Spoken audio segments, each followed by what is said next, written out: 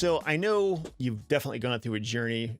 Anybody who starts something like this, their first facility, first time dealing with all these different issues that can come up versus somebody who's been sort of callous to it and they've been in it for several years and they've kind of seen a lot of what's going to happen.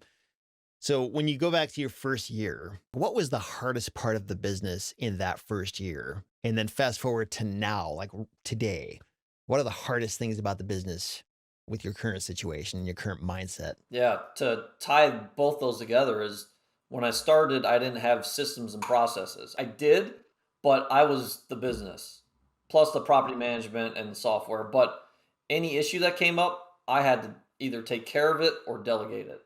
Now I have systems. So, for example, when I was on vacation, when I had all those break ins, all those issues, fortunately, my boots was there. However, I didn't know how to take care of the situation. I didn't know the system to take care of it. Neither did he. So I couldn't delegate that to him. So I had to take care of the issues when I got back. And that's when I found out, okay, let's lock these vacant units. So over time, I've gotten these systems and processes in place. I now have an operations manager that takes care of, he delegates everything, the boots on the ground. He communicates with them. He deals with emails from the property management company, and I'm kind of overseeing all that. So yeah, systems and processes, taking yourself out of the business is huge, and you can't scale if you don't do that. Yeah. How many units did you need before you could justify hiring this guy to basically replace you? Everyone's got a different answer. Depends on how. I know. I'm just thinking like your situation. Like when were you like, okay, now it makes sense to do that? Over time, my rates keep going up. My income also keeps going up. So it's more based on that than units. But yeah, could have on my fifth facility. I hired someone technically when I got my sixth facility. And that was about 6 months after I got my fifth facility. And it's a part time gig, it's not full time, it's part time. They're maybe doing, my current guy's maybe doing 10 to 15 hours a month, maybe. Technically, he's kind of on call dealing with emails, but he's got his own business. He's able to take care of both at the same time. How much do you have to pay that guy? It varies. Since I've taken on new facilities, he's around 1,500 bucks a month. Um, for his time, he's making good money. I'm also giving him more work so that, and then I pay him hourly for that extra work. Yeah, and I'm trying to have him grow with the company too. To put some things in place there with that. Yeah. And like to manage him, what does that involve? Just like kind of standing over his shoulder at various times to be like, is he doing what he's supposed to be doing? Like how much do you still have to communicate with your individual boots on the ground if he's supposed to be doing that?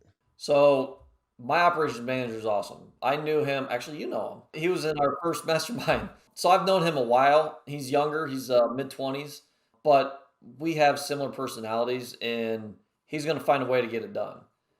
That's what I found. And I had an assistant technically last year for I think 8 to 10 months. She was a great person, did great work, but as far as figuring things out, I had to answer a bunch of questions with my current person.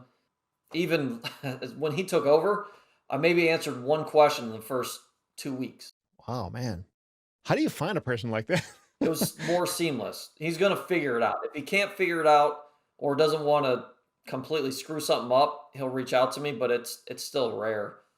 He figures things out. That's the biggest thing, and I think that's also missing in this world today. Just people being resourceful. Just do it. Just go figure it out. Don't ask me. I have faith in you. Do it. Even if you mess up, we'll figure it out. Yeah, the only thing that should be standing in your way is gravity and law enforcement. Otherwise, just do what you got to do to get it done. Right. Yeah. Yep. And it's hard to find those people. In my own experience, kind of just being self-critical on that, I think one thing I've learned is that the person standing in my shoes or in your shoes in this case kind of has a role to play in that too, in terms of like empowering them to do it. Because if you say if they do something and your response is, oh, you should have talked to me about that, then guess what? They're going to ask you about it next time. They're going to make it a lot harder. So like if the person at the top is a micromanager, they're going to make it much harder for themselves and for that person to get the job done. So it probably has a lot to do with the tone that the person at the top sets and the expectations. And how you train them. With my first person, I did not do a great job training. I thought I covered most bases. I didn't cover everything, and I needed to cover everything times 10. I didn't. With this person, I knew going in what questions and issues he may have, so I covered that. I basically gave him a small training manual, but more or less a FAQ page. If this happens, do this. You just have a quick auto reply that just says, figure it out. And that's your reply to every question. Yeah, right. Basically. um, no, those are really good insights.